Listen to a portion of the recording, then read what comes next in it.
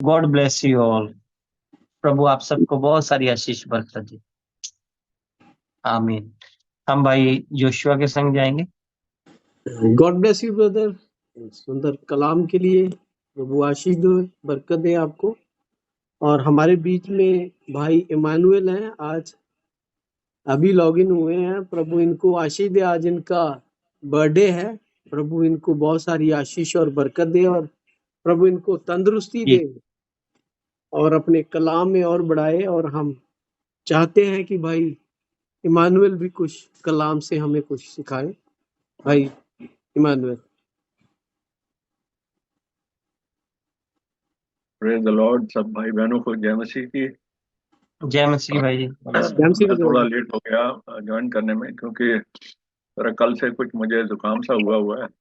मौसम चेंज होने की वजह से तो मैं सुबह देर से उठा, फिर कुछ दवाई वाइयाँ खानी थी, इस चक्कर में मैं लेट हुआ। और पर प्रभु का शुक्र है कि मैं पहले से बेहतर फील कर रहा हूँ और बेहतर फील करूँगा। और क्योंकि हम अपने विश्वास के अनुसार ही सारी आशीषों को पाते हैं। वचन भी कहता है, जैसा तेरा विश्वास है वैसी तुझे प्राप्ति भी होगी। क्योंकि सब कुछ जो है, प्रभु का अनुग्रह जो है वो हम पर विश्वास के द्वारा ही होता है। जैसे कि इफिसियों 2:8 में लिखा है कि हमारा उद्धार विश्वास के द्वारा, अनुग्रह से हमारा उद्धार हुआ। तो हमारा उद्धार तो अनुग्रह से होता है, पर अनुग्रह हम पर तब होता है जब हमारा विश्वास होता है। अगर हमारा विश्वास नहीं होगा तो हम पर अनुग्रह नहीं होगा। और हमारा विश्वास किस प्रकार का होगा कि हम परमेश्वर के वचन के एक एक शब्द को, एक एक आयत को, एक एक अक्षर को माने, किसी की सिखाई हुई रीतियों के अनुसार नहीं, बिल्कुल वैसे ही जैसे परमेश्वर के वचन में लिखा है। और जहां हमको नहीं समझ में आता तो परमेश्वर हमारे दिल को देखता है, हमारी भावना को देखता है, हमारी विचार को देखता है। और परमेश्वर बाध्य हो जाता है, ऑब्लिगेटेड हो जाता है कि परमेश्वर अपना वचन हमें समझाता है और बताता है। और अगर हम बिल्कुल अकेले हैं और बाइबल लेकर बैठे हैं और पढ़ने की कोशिश कर रहे हैं, समझने की कोशिश कर रहे हैं, हमारे आसपास कोई नहीं है, अपने आप को बड़ा अकेला पा रहे हैं, लाचार पा रहे हैं, पर परमेश्वर हमारे दिल की कंडीशन को जानता है। अगर हम सच्चे दिल से उसके वचन को सीखना चाहते हैं, उसके वचन पर चलना चाहते हैं, उसके वचन के भेदों को समझना चाहते हैं, तो परमेश्वर हमारे लिए कोई ना कोई ऐसा जरिया लाकर सामने खड़ा कर देता है। किसी मनुष्य को ले आता है, किसी टीचर को ले आता है, किसी संगति को ले आता है, और पवित्र आत्मा जो हमारे अंदर बैठा है वो हम में होकर हमें बताता है कि इसका ये अर्थ है। कोई भी मनुष्य जो सच्चे दिल से परमेश्वर को ढूंढता है वो कभी निराश नहीं हो। हम निराश कब होते हैं? जब हमारे ढूंढने में कसर है, हमारे खटखटाने में कसर है, हमारे मांगने में कसर है। हम कई बार वो चीजें मांगते हैं जो परमेश्वर हमें नहीं देना चाहता, क्योंकि हम सांसारिक बुद्धि से मांगते हैं कि मुझे ये दे दे, मुझे वो दे दे, मेरा ये काम बन जाए, वो काम बन जाए, मेरे परिवार में ऐसा हो जाए, मेरे परिवार में वैसा हो जाए, मुझे ये वरदान मिल जाए। कई बारी हम परमेश्वर से कहते हैं कि मुझे ये वाली गिफ्ट दे दे कि मेरे थ्रू मौजज़े हों और मेरे थ्रू मैं गैर जुबानें बोलूं, या मैं प्रीचिंग करूं, या मैं और कोई ऐसी गिफ्ट जिनके बारे में बाइबल में लिखा है वो मुझ में आ जाएं। परमेश्वर को पता है मैं किस चीज के काबिल हूं। परमेश्वर मुझे वो देगा जिसके मैं लायक हूं। और जो भी वो गिफ्ट देगा, पहला कुरिन्थियों 12 में पौलुस कहता है कि बहुत सारे वरदान तो हैं, बहुत सारी गिफ्ट तो हैं, और आत्मा एक ही है।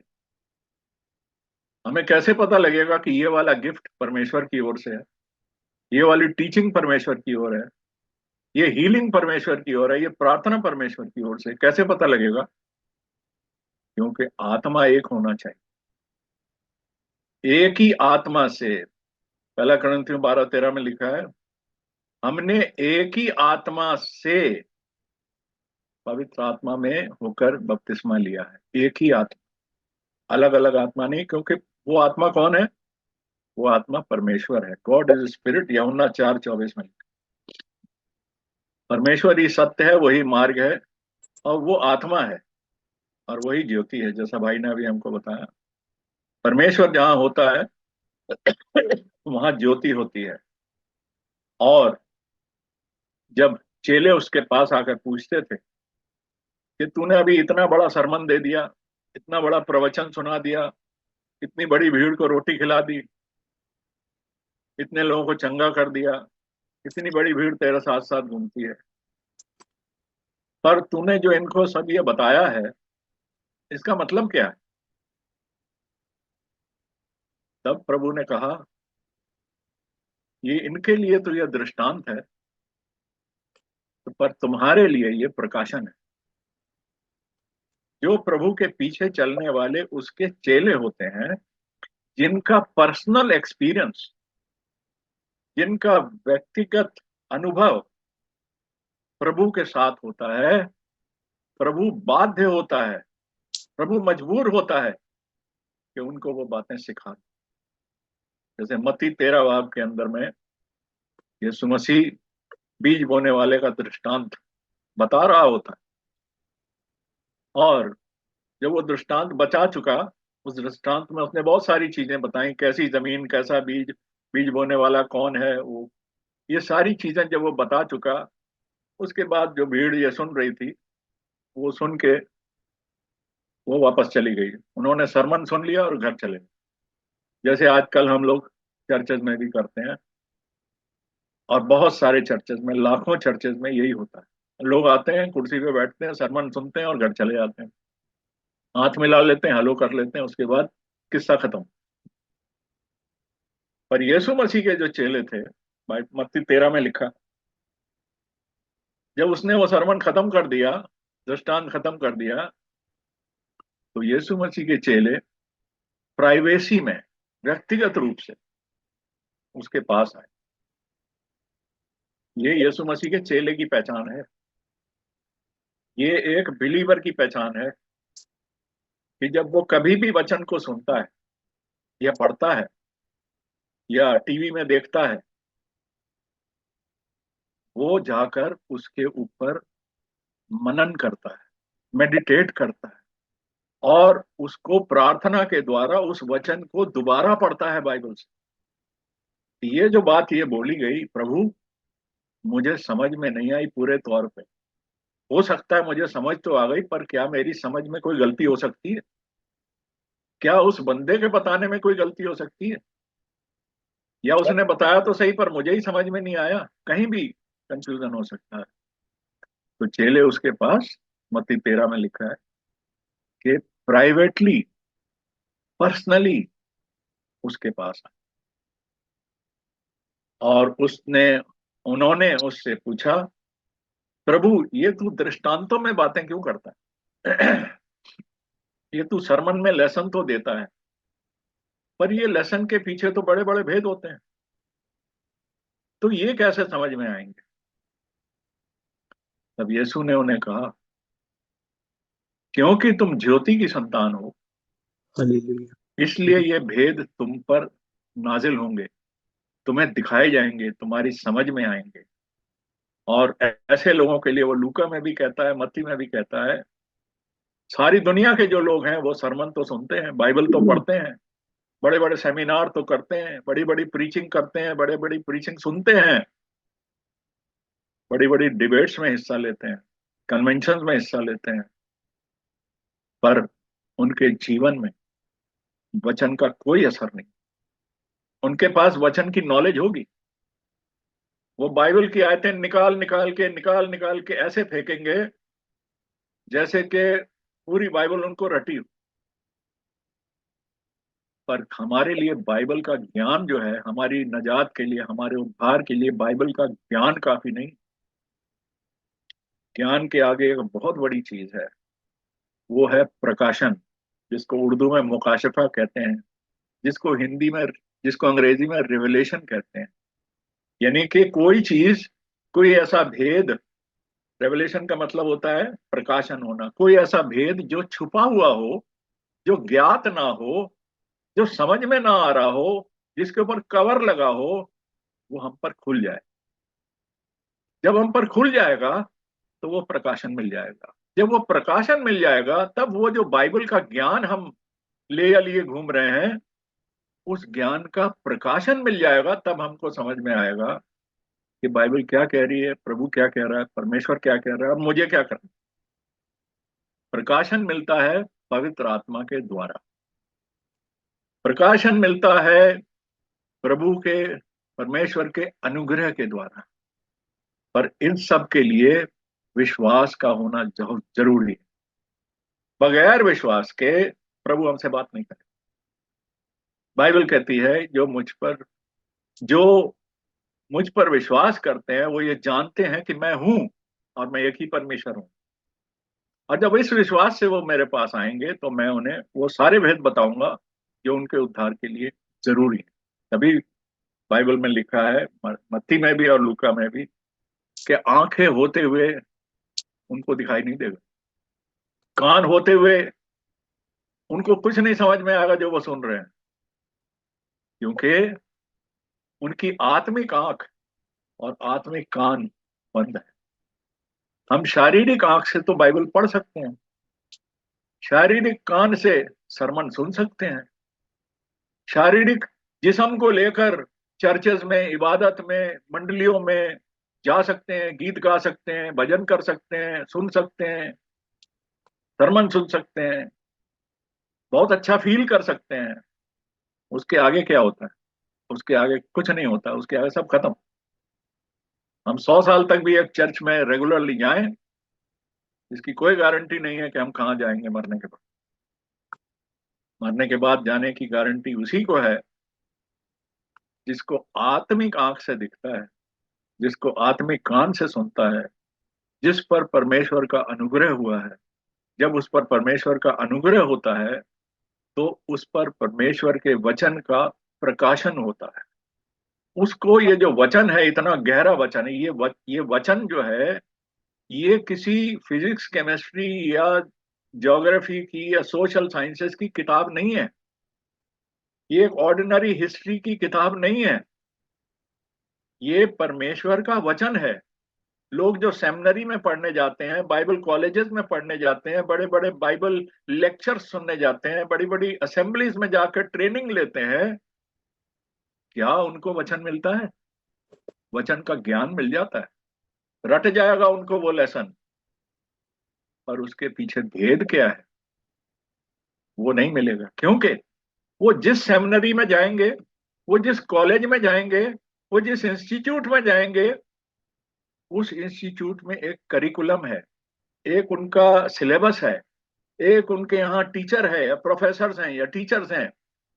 जो क्रिश्चियन यूनिवर्सिटीज या सेमिनरीज हैं, उनके पीछे उनका एक हेड ऑफिस है, उनके पीछे एक डॉक्ट्रिन है जो उनके बाप दादों ने, उनके प्रोफेसर्स ने उनको पढ़ाया कि ऐसे कहती है बाइबल। और वही बंदा किसी दूसरी सेमिनरी में चला जाए तो वहां जाके उसे पता लगेगा तो ये तो कुछ और पढ़ा रहा है। ये तो कहता है कि तुम्हारा उद्धार बपतिस्मे से होता है। उस सेमिनरी में गया, वो तो कहता है विश्वास के द्वारा तुम्हारा उद्धार हुआ है। और तीसरा कहता है कि जो प्रभु का नाम पुकारेगा उसका उद्धार होगा। ये क्या बात है? कैसा कंफ्यूजन है? सारे यीशु मसीह का प्रचार कर रहे हैं, सारे बड़े से बड़े बोलने वाले यीशु मसीह की बात कर रहे हैं, इसी बाइबल से प्रीच कर रहे हैं, इसी यीशु को प्रीच कर रहे हैं, पर एक ही बात क्यों नहीं बोल रहे? अगर एक ही बात बोल रहे होते तो आज 400, 500, 600 डिनोमिनेशन क्यों इस धरती पर हैं? सुनने में सारे अच्छे लगते हैं, वेरी वेल डन, बहुत अच्छा सरमन, ये किया वो किया, और भाई साहब, एक ही बात क्यों नहीं बोलते हो? यीशु ने क्या दुआ करी थी कि ये इनका मन एक सा हो, इनका विश्वास एक सा हो, तब इनको वो एक आत्मा मिलेगा, तब इनका प्रकाशन भी एक होगा। यीशु ने बोला मार्ग और सत्य मैं हूं। यीशु ने बोला आई एम द वे। यीशु ने ये नहीं बोला देर आर मैनी वेज। आज सारी दुनिया बोलती है भगवान के पास जाने के लिए बहुत रास्ते हैं, और सारे रास्ते एक ही भगवान के पास पहुंचा रहे हैं। जब भगवान एक है तो रास्ते क्यों बनाएगा अलग वो? भगवान तो हमसे ज्यादा अक्लमंद है, वो तो भगवान है, वो तो परमात्मा है, गॉड है। वो क्यों ऐसा कंफ्यूजन करेगा, इधर से आ जाओ या उधर से आ जाओ? उसने कहा दो रास्ते हैं, एक सकरा रास्ता है और एक चौड़ा रास्ता है। जो सकरा रास्ता है वो प्रभु यीशु मसीह है। और प्रभु यीशु मसीह कौन है? प्रभु यीशु मसीह परमेश्वर का वचन है, वर्ड ऑफ गॉड। हमारे हाथ में जो लिखित बाइबल आज है, ये वर्ड ऑफ गॉड है। ये यीशु मसीह लिखा हुआ हमारे पास है। पर ये लिखा हुआ समझ कब आएगा? जब वो यीशु मसीह जो आज पवित्र आत्मा के रूप में हमारे साथ है और हमारे अंदर है, जब वो हमको इसी वचन को समझाएगा जो हम पढ़ रहे हैं, तब इस वचन को किताब की तरह रटेंगे नहीं, इस वचन को हम समझ पाएंगे। जैसे कि जब चेलों ने यीशु से पूछा, इन बातों को हमें समझा, मत्ती 13 में, तब यीशु ने उनको समझाया वो बीज क्या है, वो वचन क्या है, वो जमीन क्या है, बीज बोने वाला कौन है। यीशु ने उनको समझाया। किसके समझ में आई ये बात? उन चेलों के समझ में आई, जो उसके डिसाइपल थे, जो उसके फॉलोअर थे, जो उसके साथ रहते थे, जो उसकी फेलोशिप में रहते थे। हमारे को तब समझ में आएगा जब हम खाली किसी चर्च फेलोशिप में नहीं, हम प्रभु की फेलोशिप में रहेंगे। और प्रभु की फेलोशिप जो है हमारे साथ पर्सनल है। हमारा प्रभु के साथ में पर्सनल एनकाउंटर, पर्सनल एक्सपीरियंस, व्यक्तिगत अनुभव बहुत ज्यादा जरूरी है। संगति अपनी जगह जरूरी है, चर्च में जाकर सरमन सुनना अपनी जगह जरूरी है, ग्रुप में बैठ के प्रभु भोज लेना, फुट वॉशिंग बहुत जरूरी है, ये प्रभु की आज्ञाएं हैं, ये बहुत जरूरी है। पर ये इनसे सबसे फाइनल चीज जो है वो है प्रकाशन महीना। तब यीशु ने उनसे पूछा, जब यीशु ने समझा चुका मत्ती 13 बाब में, तब मत्ती 13 बाब की 50 और 51 52 आयत में यीशु ने उनसे पूछा, हैव यू अंडरस्टूड? क्या तुम्हारे समझ में आया जो मैंने अभी बोला? तब उन्होंने बोला यस लॉर्ड, हाँ प्रभु, समझ में आ गया। तो ये कौन है? ये बड़ी भीड़ नहीं है जो कह रहे प्रभु समझ में आया। बड़ी भीड़ ने तो आया, सरमन सुना, और जो उसने मछली और रोटी खिलाई वो खा खू के चले गए। वो मजमा था, उनके लिए वो दृष्टांत था। ये वो जमीन थी जिसके ऊपर बीज तो गिरा, पर वो अलग अलग टाइप की जमीन थी। किसी को पत्थर खा गया, किसी को धूप खा गई, किसी को चिड़िया खा गई, किसी को कांटा खा गया, कोई सूख गया, कोई मर गया। और वो कौन सी जमीन है जिसको समझ में आया कि बीज क्या है, जिसके अंदर वो बीज घुसा, और उस बीज ने उसके अंदर जा करके, जो बीज के अंदर जो जीवन बैठा है, वो जीवन उस जमीन के अंदर जाकर उगा। जैसे कि मरियम ने जिब्राइल के संदेश को, जो जिब्राइल फरिश्ता था उसके संदेश को, वो संदेश कहां से लेके आया था? वो तो सिर्फ एक मैसेंजर था, जिब्राइल खुदा नहीं था। जिब्राइल मैसेंजर था। मैसेंजर और एंजल ये सेम चीज होते हैं। बाइबल में ये शब्द बदल बदल के यूज किए गए हैं, दोनों का मतलब एक ही है, यानी कि संदेश देने वाला, लाइक ए पोस्टमैन। पोस्टमैन का क्या काम है? पोस्टमैन का काम है कि वो चिट्ठी जिसके अंदर संदेश लिखा है वो सही जगह पे आकर उसको डिलीवर कर दे। वो पोस्टमैन डिलीवर करने के बाद वहां नहीं बैठता, वो फिर अगले घर चला जाता है या अपने दफ्तर चला जाता है। वो चिट्ठी को फिर, जिसको दी गई है चिट्ठी, वो उस चिट्ठी को खोलता, पहले वो चेक करता है क्या ये चिट्ठी मेरे नाम है। अगर उस चिट्ठी पे उसका नाम लिखा है तो ये मैसेज मेरे लिए। अब वो उस चिट्ठी को खोलेगा, उस चिट्ठी को पढ़ेगा, फिर उस चिट्ठी के अंदर जो संदेश लिखा है उसको वो विश्वास करेगा, बिलीव करेगा। तब उस संदेश का जो बेनिफिट है, उसकी जो उसकी जो गिफ्ट है, उसका जो वरदान है, तब उस बंदे को मिले। इसीलिए प्रभु का जो वचन है, जब तक इसको हम बिलीव ना करें, खाली सुन ना लें, खाली इसका ज्ञान ना कर लें, खाली ये बखान ना कर लेंगे मुझे बहुत कुछ आता, बहुत अच्छा बोल सकता हूँ, मैं रोज चर्च में जाता हूँ, मैं ये करता हूँ, मैं वो करता हूँ, ये सब अच्छी बातें हैं, ये बुरी बातें नहीं है, पर ये काफी नहीं है हमारी नजात। हमारी नजात इससे बहुत ऊपर है, और विश्वास के द्वारा अनुग्रह से हमारा उद्धार होता है। अनुग्रह उसको मिलता है जो विश्वास किस पर करता है? जो परमेश्वर के वचन पर विश्वास करता है। और यीशु ने कहा, जो मुझ पर विश्वास करता है वो मेरी आज्ञाओं को मानेगा। अलग अलग चर्चेज हैं, विश्वास तो सारे करते हैं, यीशु मसीह पे हम क्रिश्चियन हैं, जीसस क्राइस्ट मेरे लिए मरा, क्रूस पे ये हुआ, क्रूस पे वो हुआ, सब बहुत बातें करते हैं, बड़े इमोशनल भी हो जाते हैं, और वो दिन भी मनाते हैं कि यीशु क्रूस लेके गया, फिर यीशु वो पाम संडे को आ गया, फिर यीशु दफनाया गया, फिर यीशु जी उठा, सारी बातें मानते हैं। बाइबल को वो as a history, as a book of events मानते हैं। उसके पीछे जो एक आत्मा छुपा हुआ है वो उनके पास नहीं है, क्योंकि उन पे अनुग्रह नहीं। अनुग्रह उस पर होता है जिसका विश्वास सच्चा हो, और विश्वास की परख हम नहीं कर सकते। मेरे विश्वास की परख कोई नहीं कर सकता, आपके विश्वास की परख कोई नहीं कर सकता। हमारे विश्वास की परख सिर्फ परमेश्वर कर सकता है, प्रभु कर सकता है। उस वो कैसे पता लगेगा कि प्रभु ने मेरे विश्वास के ऊपर अपनी मोहर लगा दी? ये कैसे पता लगेगा कि प्रभु ने मेरे विश्वास को ग्रहण किया? क्योंकि वो मुझ पर अपना अनुग्रह देगा। ये कंफर्मेशन है कि मेरा विश्वास पास हो गया वहां। अब अनुग्रह देगा तो क्या होगा?